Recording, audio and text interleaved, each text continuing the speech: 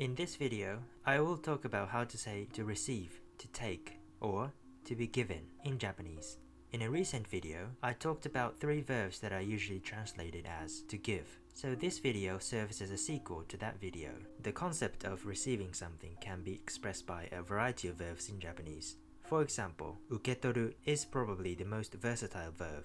You can use this verb when you're receiving a parcel, a payment, an object that is being thrown at you, and so on. This verb, however, is not particularly interesting, so I'm going to focus on a much more productive verb, namely morau, which also means to receive, to be given, or to get. Morau, unlike uketoru, can be combined with other verbs to create new compound verbs. Let's see how morau by itself is used in sentences first. お正月におじいちゃんからお年玉をもらったけど、おじいちゃん10日後に自己破産して気まずかったよ。I got some money on New Year's Day from Grandpa, but Grandpa went bankrupt 10 days later and I felt awkward. I believe this is a pretty straightforward sentence. The giver is marked by the word kara, which usually indicates the source. The object that you received is marked by the particle o. お年玉 here refers to money that is given to children during the New Year break. Another example. くれるんなら何でももらうけど I'll take whatever you want to give me. In this sentence, I deliberately used the verb くれる to give just to make it a little confusing. Recall that くれる means to give, and the recipient is the speaker. You may have already realized this, but くれる and もらう are very similar in that both verbs describe exactly the same event. However, while くれる looks at what the giver gives to the recipient, morau looks at what the recipient receives. To put it differently, くれる describes an action performed by the giver, whereas morau describes an action that is being done to the recipient. Some of you may also be confused as to why けど is at the end of this sentence, because けど normally means but or however. Well, in casual speech, we often add けど at the end to make the sentence sound vague and ambiguous. Compare the same sentence without けど。くれるんなら何でももらう。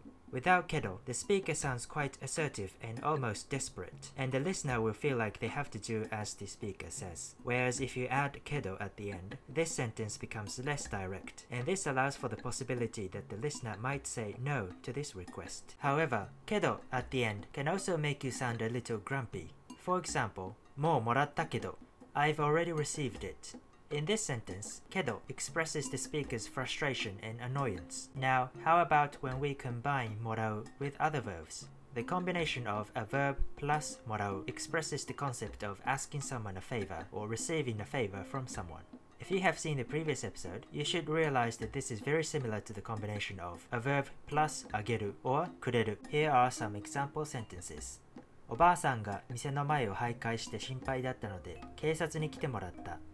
Seeing an old lady wandering aimlessly in front of my shop made me concerned, so I had the police come over. Or, I asked the police to come. In this sentence, morau is combined with 来る, which is in its te form, 来て. As you can see, this combination, 来てもらう, means the speaker asked the police to come. Then how is this different from a verb plus あげる or a verb plus くれる?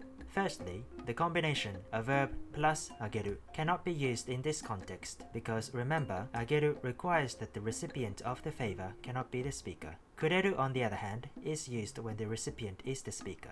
However, unlike もらう, くれる focuses on the action that is performed by the giver, and therefore the subject of the sentence must be the giver. So this example sentence can be transformed into a different sentence using くれる, namely, 警察が来てくれた.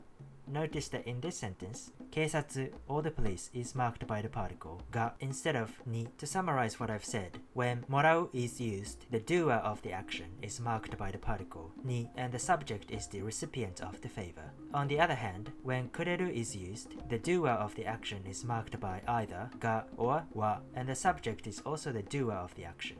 The recipient of the favor is usually omitted in this case, but if you want to include the recipient, you can say 警察が私のために来てくれた using ために or for someone. Another example, 合法的に旦那に早く死んでもらう10の方法 10 ways to legally make your husband die prematurely.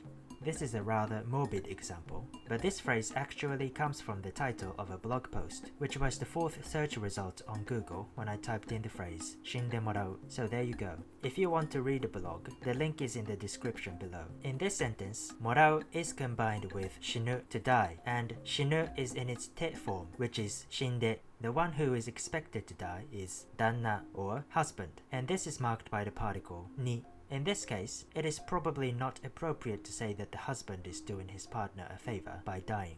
And the combination of 死ぬ and もらう here expresses the idea that the husband's death would benefit or at least please the spouse. One more example before we end the video. 断捨離には不必要だがまだ使用可能なものを人にもらってもらうのが良い. To get rid of your unnecessary belongings. It is a good idea to have someone take things you no longer need but can still be used. In this example, もらう is combined with itself, another もらう, and the first もらう is in its te form, which is もらって. The second もらう expresses the concept of asking someone a favor, and this favor is to take things you don't need, which is expressed by the first もらう. In other words, the first もらう refers to the transfer of possessions, whereas the second もらう refers to the favor that is being done to the speaker. A side note, the word 断捨離 is a very new word that was coined in 2009 by Yamashita Hideko in her book 新片付け術断捨離. The first kanji 断 means to cut off. The second kanji, sha, means to discard, and the third kanji, ri, means to depart. So this phrase expresses the concept of becoming free of your material obsessions through the act of discarding unnecessary possessions. This is the end of this episode. Let me know if you have any questions, requests, or comments, and check out my previous videos. See you next time.